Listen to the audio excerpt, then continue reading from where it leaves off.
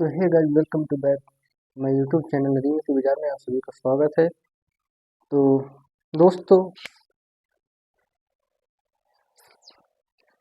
आज का जो हमारा सेशन है वो है सेमी ऑटोमेटिक वॉशिंग मशीन की वायरिंग के बारे में। आपके सामने जैसा कि ये देख रहे हैं, आपके सामने पूरा पूरा डायग्राम बना हुआ है।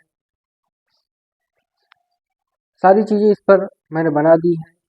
और मेरा जो चैनल है यूट्यूब चैनल नदीम मिश्र बाजार के नाम से, और इंस्टाग्राम चैनल भी नदीम मिश्र बाजार के नाम से है। आप जाकर सब्सक्राइब और फॉलो कर लें दोनों पे, ताकि आपको जो न्यू वीडियो आए वो आपको मिलती रहे। आपको समझाना मेरा कर्तव्य है, क्योंकि जो हमारे नए टेक्नीशियन हैं वो बहुत सारी गलतियां कर देते हैं, और जो पुराने टेक्नीशियन हैं वो तो गलती नहीं करते। कभी कभी माइनस उतर भी जाता है, या कभी कभी ऐसा भी फॉल्ट मिल जाता है कि उनको कुछ फॉल्ट नहीं मिल पाते हैं, और उस जगह वो काम करके चले जाते हैं। तो दिक्कतें होती हैं, वहाँ पेमेंट तो उनको मिल जाता है, लेकिन जो भी दिक्कतें आती है फिर बार बार हो जाते हैं। फिर उसके बाद में कोई दूसरा टेक्नीशियन कस्टमर बुलाता है, उसके बाद फिर वहाँ दिक्कतें हो जाती है। फिर उनको वहाँ से, यानी उनको फिर कोई बुलाता नहीं, वो टेक्नीशियन वो जो हमारा कस्टमर होता है वो बुलाएगा नहीं। फिर वो तो अगल बगल का लोग हैं, उनको भी कहेगा कि ये अच्छा काम नहीं करता। तो इसलिए इस वीडियो का जो माध्यम है हमारा, सबसे पहले तो ज़्यादातर नए टेक्नीशियनों के लिए है, कि जो हमारे नए टेक्नीशियन है उनको ये चीज़ नहीं मालूम होता कि हम इसकी वायरिंग किस प्रकार से करें, और स्पिन मोटर वाश मोटर को कैसे हम पहचानें कि स्पिन मोटर ख़राब है या वाश मोटर ख़राब है। तो इन सब के बारे में मैं सबसे पहले इसके डायग्राम को मैं आपको आपके सामने जैसे कि मौजूद है, आप स्क्रीन शॉट ले सकते हैं और इसको समझ सकते हैं। तो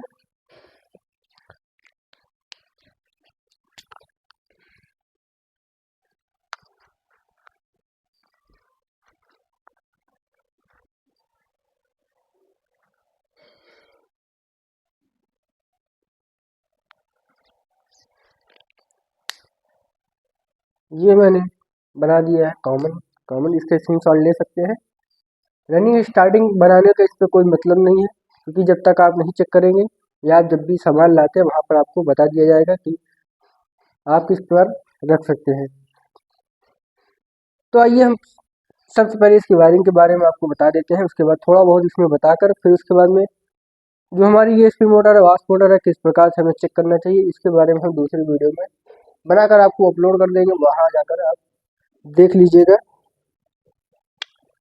तो बहुत सारे टेक्नीशियन क्या करते हैं, वो जैसे कि यहाँ पर 4 तार है, तो जो नए टेक्नीशियन है उनको इस समझ में नहीं आता कि हम किस प्रकार से वायरिंग करें इसमें, या 7 तार का आता है उसको कैसे वायरिंग करें, या जो सिंगल आता है जैसे स्पिन का होता है वैसे ही उसमें सिंगल टाइमर भी आता है वाश के लिए, उसमें भी 7 तार होते हैं, तो वो कैसे वायरिंग करें। तो जैसे कि मैंने यहाँ पर 4 तार वाला बनाया हुआ है अभी। और स्पिन, ये हमारा वाश वाश टाइमर है, और ये हमारा स्पिन टाइमर है, जो कि दोनों 15 मिनट मैंने लिख दिया हुआ। 15 मिनट का ये भी है, 15 मिनट का ये भी है, 35 मिनट का भी आता है। तो 35 मिनट में अलग सिस्टम होता है। ये हमारा आप देख सकते हैं कि स्पिन डोर स्विच है, ये हमारी स्पिन मोटर है, हमारी वाश मोटर है, ये हमारा कैपेसिटर है। इसके वायरिंग के बारे में आप देख सकते हैं। अब मैं इसको आपको एक विधिवत वायरिंग बता दूं। सबसे पहले इसके बारे में, ये हमारा फेस है, ये हमारा न्यूट्रल, ये हमारा अर्थ है। सभी में फेस न्यूट्रल अर्थ हो, छोटे से लेकर बड़े तक, जितने भी बड़ी मशीनें हैं, या एसी है, जो भी है, फ्रिज है, वॉशिंग मशीन है, एसी है, 3 फेस हो या कोई भी हो, 3 फेस में तो न्यूट्रल रहेगा ही, और उसमें फेस भी रहेगा, लेकिन 3 फेस उसमें अलग से आ जाते हैं, क्योंकि वो हाई वोल्टेज का होता है। तो वहाँ पर फेस न्यूट्रल अर्थ तो जरूर होगा ही, लेकिन 3 फेस में 3 फेस आ जाते हैं, लेकिन वो एसी का मामला है। सिंगल अगर हम फेस में आएंगे तो हमें फेस न्यूट्रल अर्थ मिलेगा। अब फेस न्यूट्रल अर्थ में आप जानते हैं कि हमारा जो फेस होता है, अब हम इस वॉशिंग मशीन पे आ जाते हैं कि जो हमारा ये फेस है, ये फेस हमारा सीधे आता है। सबसे पहले जो हमारी वाश टाइमर होता है, उस वाश टाइमर को एक तार पर यहाँ पर कनेक्ट हो जाता है। इस वाच टाइमर से कैसे हम पहचाने, बहुत सारे टेक्नीशियन हैं, बहुत सारे क्या जो नए टेक्नीशियन है उनको ये चीज़ नहीं मालूम होता कि हम वाच टाइमर को किस प्रकार से, अब जो 2-4 साल सीख चुके हैं फिर भी उनको कभी कभी उनके बारे में उनको नहीं मालूम पड़ता इसके बारे में। और जो एसी का काम करते हैं उनको तो बिल्कुल नहीं मालूम पड़ता कि हम इसके कैसे वायरिंग करें, तो उनके लिए भी है। तो यहाँ पर जो हमारा ये वाच टाइमर जो ये है, इसको किस प्रकार से हम वाच जो हमारी मोटर है उस पर किस प्रकार से हम कनेक्शन करें, ये चीज़ नहीं मालूम होती। तो आप देख सकते हैं कि फेस हमारा जाएगा सबसे पहले इस वाच टाइमर में, एक तार इसमें हमारा लग जाएगा। इसमें 4 तार होता है, एक पीला होता है, एक येलो होता है, ब्लू होता है, एक ग्रे होता है, एक ब्लैक होता है। तो सीधे हमारी जो ब्लैक है, ब्लैक ये जो हमारा फेस आ रहा है वो ब्लैक में जाकर लग जाएगा इस वाच टाइमर के।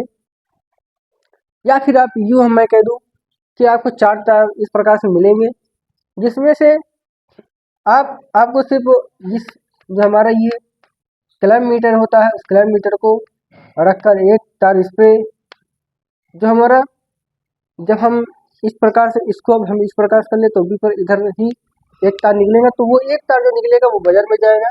अब बचा हमारा 3 तार, तो 3 तार के लिए अब हम कैसे पहचाने कि ये हम 2 तार हमारा मोटर का है, एक तार हमारा फेस है, किस प्रकार से हम इसको पहचाने। तो इसको पहचानने के लिए आप एक फेस पर रखते हैं और एक रखते हैं इस जो हमारे दोनों तार होते हैं, उसके बाद फिर टाइमर को ऑन करते हैं। जब टाइमर को ऑन करेंगे, जब टाइमर चलेगा तो ये अंदर की ओर ये अपनी जो उसका रनिंग होता है वो बदलता रहता है। एक बार इस पर कंटिन्यूटी बनाएगा, फिर एक बार इस पर कंटिन्यूटी बनाएगा, और इसको चेक करने के लिए हम कंटिन्यूटी पर सेट करेंगे, बजर मोड पर सेट करेंगे, उसके बाद इसको हम चेक करेंगे तो इस पर ये बनाएगा और हमें रजिस्टेंस देगा। तो जब हमारे रजिस्टेंस अगर इस पर मिल रहा है या इस पर मिल रहा है, इन दोनों पर मिल रहा है, तो हमारा ये दोनों वाश मोटर में हमारी आकर लगेगी। या फिर हम अगर नहीं मिल रहा है, एक पर मिल रहा है, एक पर नहीं मिल रहा है, तो हम एक पर जिस पर नहीं मिल रहा है उस पर रख करके इस पर रख करके हम इन दोनों पर चेक करेंगे तो हमें मिल जाएगा। और ये खास करके ये ध्यान दीजिएगा कि ये दोनों आपस में एक ही साइड पे, मतलब अगर ये बीच में है तो दोनों बीच में ही होगी, किनारे है अगर किनारे मिल रहा है तो किनारे ही दोनों हमें मिलेगा जो वाश मोटर में लगता है। तो फेस हम यहाँ पर दे देंगे।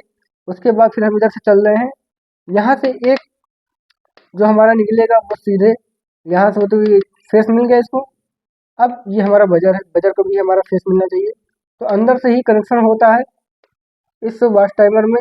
यहाँ से एक फेस फिर यहाँ से निकल कर यहाँ पे बजर में आकर लग जाता है, और इस फेस से तो इस टाइमर का तो काम खत्म हो गया, बजर का भी होकर लग गया। इसी के साथ बजर का लगता है, जब टाइमर बंद होने को होता है तभी ये बजर बंद होने लगता है। फिर फेस उठता है, हमारे आता है स्पिन टाइमर में डायरेक्ट। स्पीड टाइमर भी 15 मिनट का होता है, स्पीड टाइमर में हमारे आकर लग जाता है। अब यहाँ से फिर दूसरी सर्किट हमारी स्टार्ट हो जाती है, जो कि हमारी जाती है सीधे इस स्पिन डोर स्विच में। अब स्पिन स्विच में यहाँ से हमारा निकलेगा, स्पिन स्विच में आएगा, स्पिन डोर स्विच से हमारा एक कनेक्शन निकलेगा जो आएगा स्पिन मोटर में। और वाश का एक तो ये हमारा हो गया बजर का, एक हमारा हो गया इसको फेस मिलता है चलाने के लिए। अब हमारा यहीं से 2 तार निकलेगा जो वाश मोटर में आएगा। अब हमें न्यूट्रल देखना है, न्यूट्रल निकलेगा हमारे इस वाश मोटर में आएगा जो हमारा कॉमन होगा, जैसे कि मैंने लिख दिया कॉमन।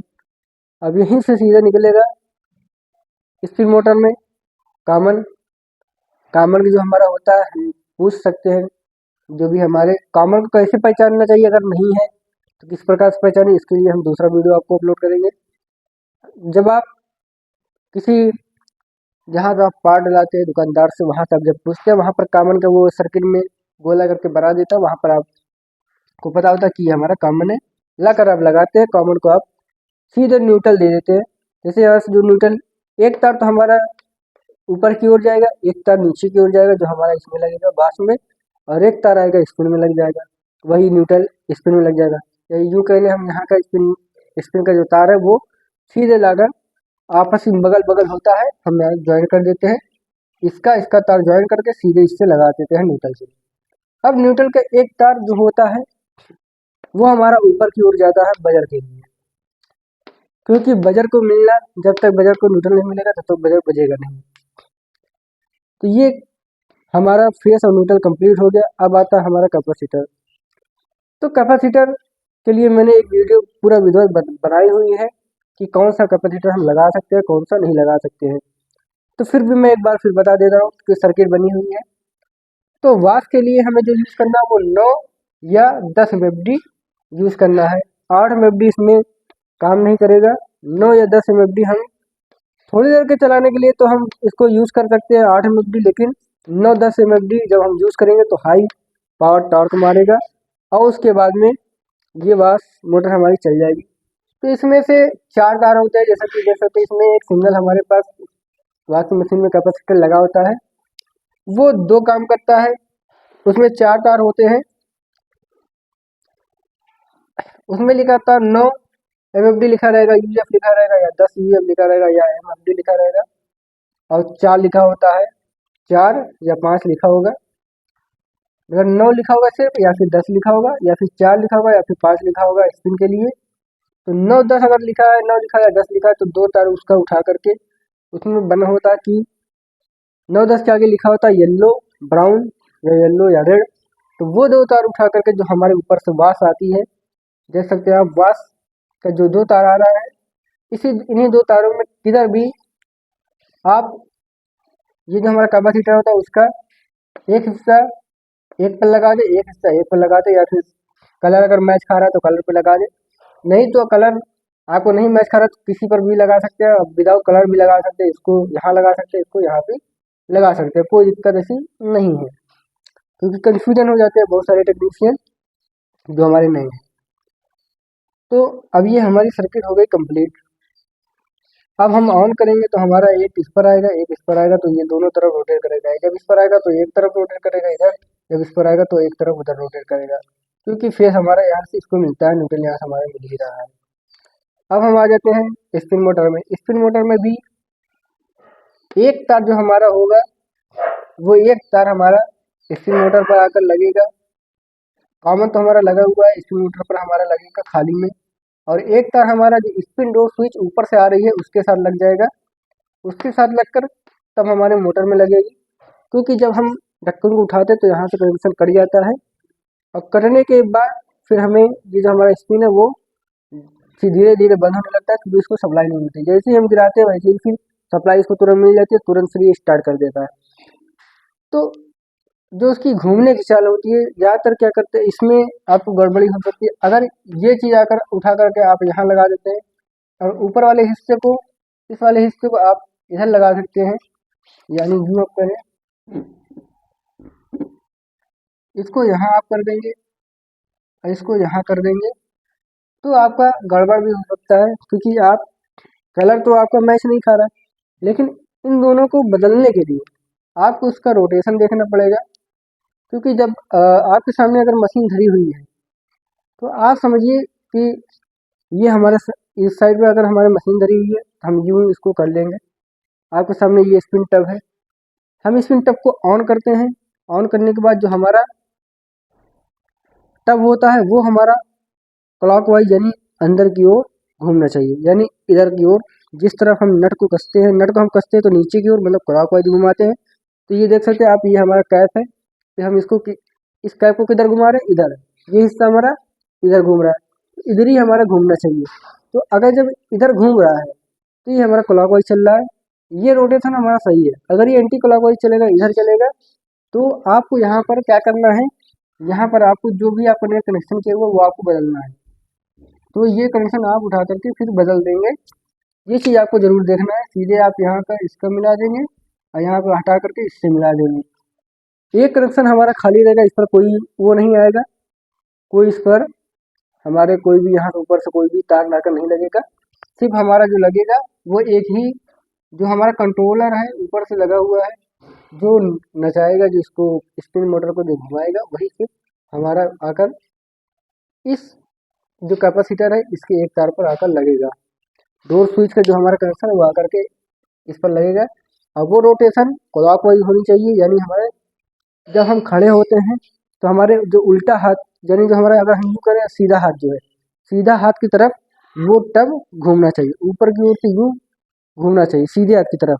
अगर वो टब उल्टे हाथ की तरफ यूँ घूम रहा है तो वो गलत है, तो आप तार को बदलेंगे तो वो सीधे हाथ की तरफ आकर आपको यूँ घूमेगा, सीधे हाथ की तरफ आकर रोटेशन करते हुए चलेगा।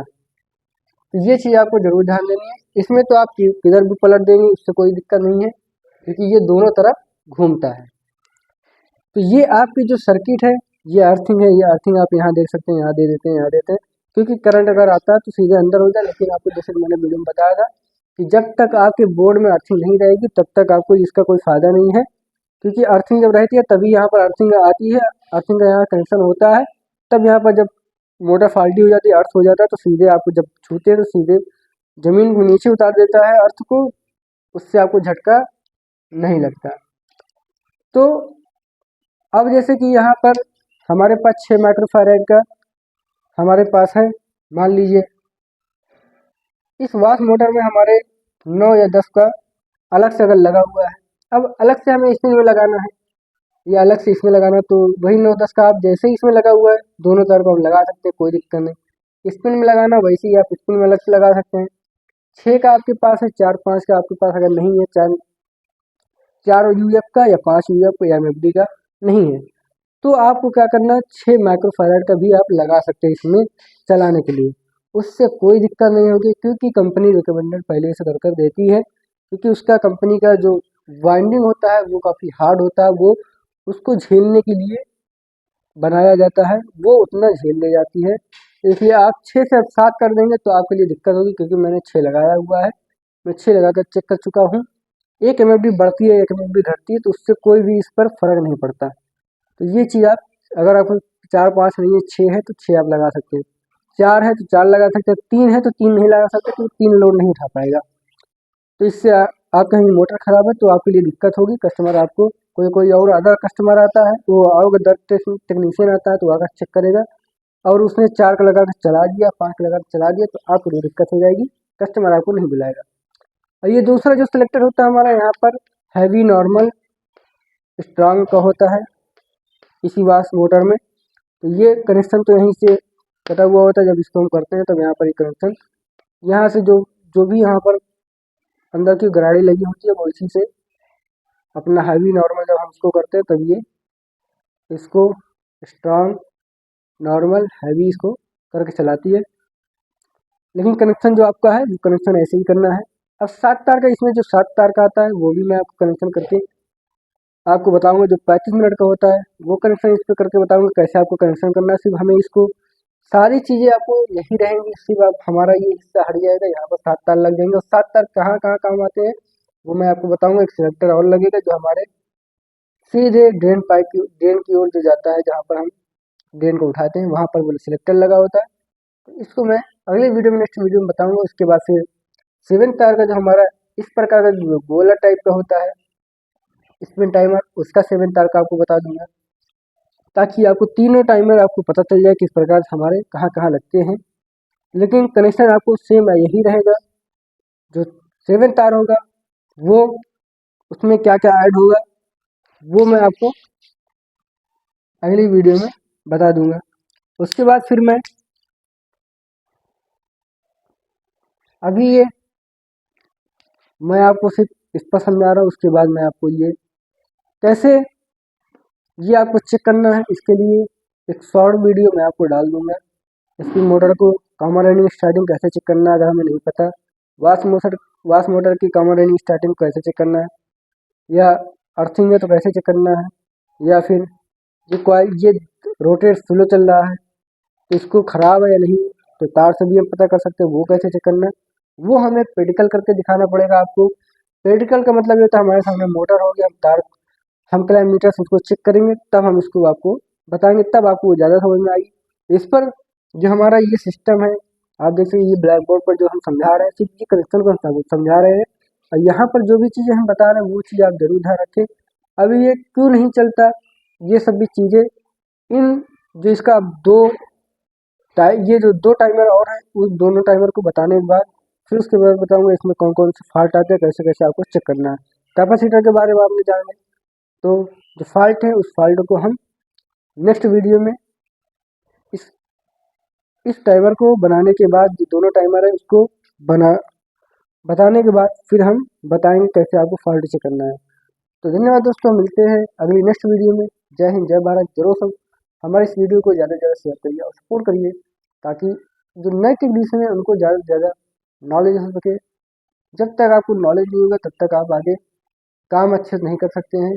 आपको हर एक चीज़ तार कहाँ कहाँ लगना है, जब आपको ये पता होगा सीधे आप जाएंगे कस्टमर के यहाँ, कुछ भी बोलता है तार कटा हुआ है, सीधे आप उठाते हैं, कनेक्शन सारा कर देते हैं, आपका तुरंत काम हो जाएगा, तुरंत आप पेमेंट लेंगे, चल देंगे। अगर आपको नहीं मालूम है तो वहाँ सबसे पहले आप खोजेंगे कौन सा तार हम कहाँ लगाएं, फिर वीडियो देखेंगे। ये चीज़ें अगर आप एक कॉपी पर बनाकर अगर आप रख लेंगे तो आपके माइंड में याद आ जाएगा। जैसे कि वीडियो में मैंने बताया हुआ है कि जब आप लिखते हैं तब आपका माइंड सबसे ज़्यादा एक्टिवेट होता है। जब आप इस चित्र को बनाकर रखेंगे तब आपको देखेंगे, आप बार बार खोल कर देखेंगे, समझेंगे, तो आपको ये तुरंत याद हो जाएगा। मिलते हैं नेक्स्ट वीडियो में। जय हिंद।